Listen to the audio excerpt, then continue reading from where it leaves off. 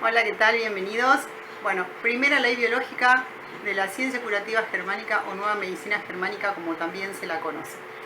Para los que no saben, la ciencia curativa germánica se basa en 5 leyes biológicas que descubrió un doctor alemán de apellido Hammer, que a raíz de un suceso altamente dramático, la muerte de un hijo, él y su mujer desarrollaron cáncer, lo que llevó a este médico a hacer una investigación profunda y más tarde nos entregó las 5 leyes biológicas que vamos a empezar a repasar ahora. La primera ley biológica, o también llamada la ley férrea del cáncer, tiene 3 criterios. Nosotros antes denominábamos enfermedades a todo el conjunto de signos y síntomas y todo ese malestar que sentíamos cuando nuestro organismo, decíamos que estábamos enfermos. El doctor Hammer nos enseña que esos signos y síntomas forman parte de programas biológicos con pleno sentido. ¿Cómo sería esto? Es que cuando uno vive un suceso altamente dramático que tiene ciertas características, como vamos a explicar después, y no puede responder, su psiquismo no puede responder para resolver el conflicto, el organismo, la biología, va a tomar el mando y va a hacer una serie de modificaciones en el organismo tendientes a ayudar a mejorar nuestra posibilidad de la resolución justamente del conflicto que estamos atravesando. Como les decía, tiene 3 criterios y el primer criterio de la primera ley biológica o la ley férrea del cáncer es que para que se produzca el programa especial con pleno sentido, para que empiece, tienen que suceder 3 cosas. Primero, el suceso tiene que ser altamente dramático, bien importante y bien dramático. Lo segundo es que lo vivamos de manera muy inesperada. Es algo que no teníamos pensado que iba a suceder, es algo que nos agarra totalmente desprevenidos, o es algo que alguien nos dice algo que no esperábamos que esa persona nos dijera, semejante cosa. Y ese es el segundo, ¿no? Y el tercero es que lo vivimos en soledad.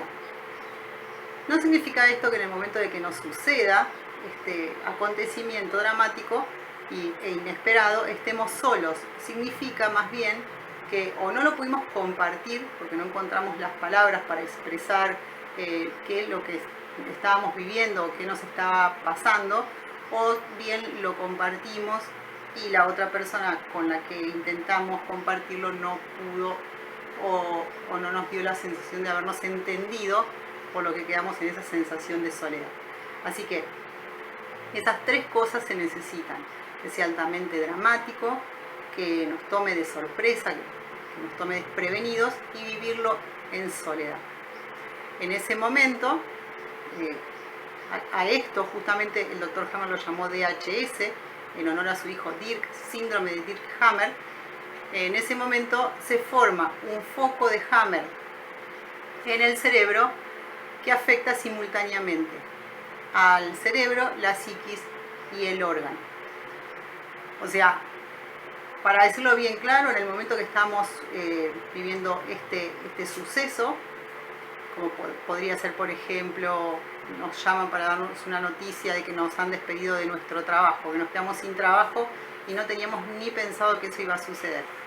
En ese momento se va a producir el DHS y va a ocurrir un foco de Hammer en el cerebro, que va a ser una señal en una parte del cerebro que le va a mandar una información al órgano para que empiece esa modificación que ya más adelante vamos a ver.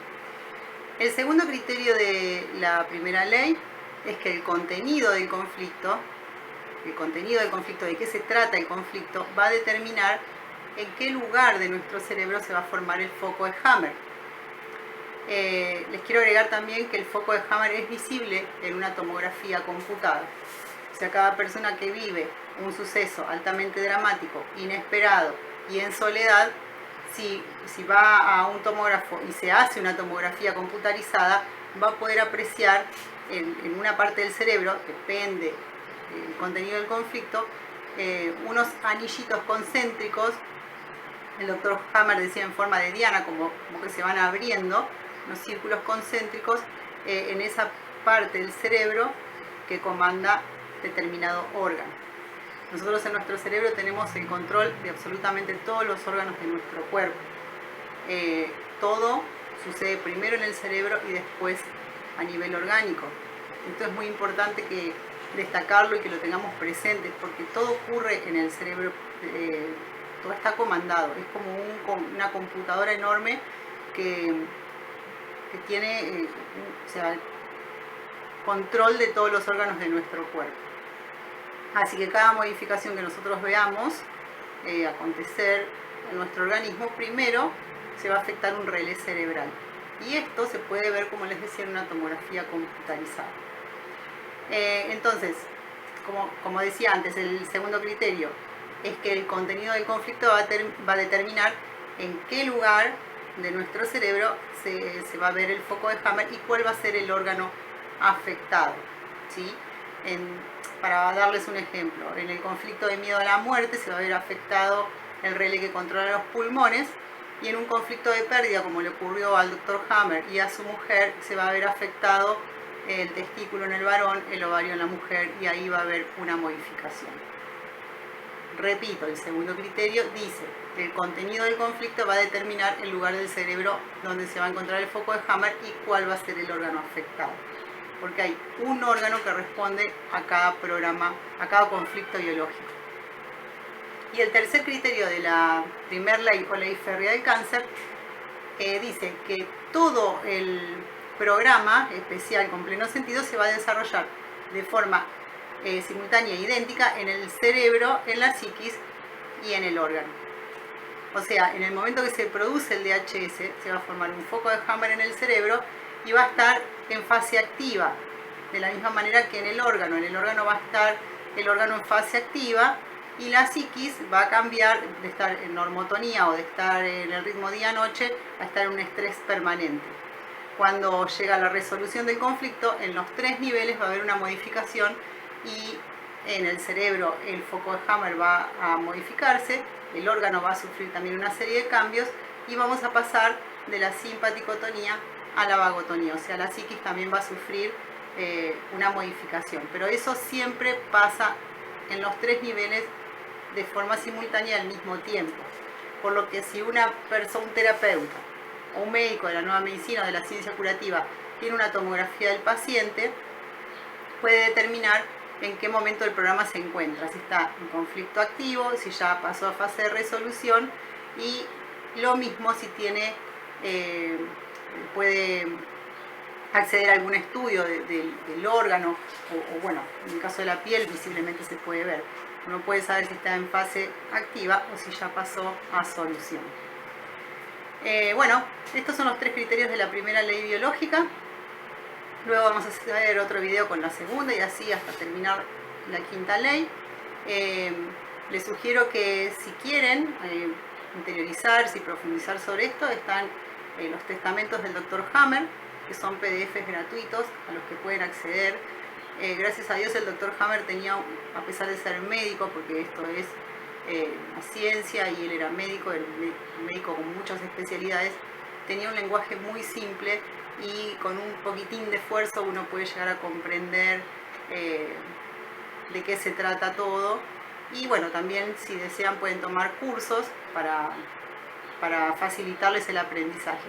Pero es muy importante aprender las 5 leyes biológicas y empezar a aplicarlas y empezar a comentarle a nuestros amigos, a nuestros familiares, de que existe la cura de todas las enfermedades, que no hay por qué asustarse o vivir dependiendo de los médicos tradicionales o alópatas, y más en este momento que estamos en un momento muy especial.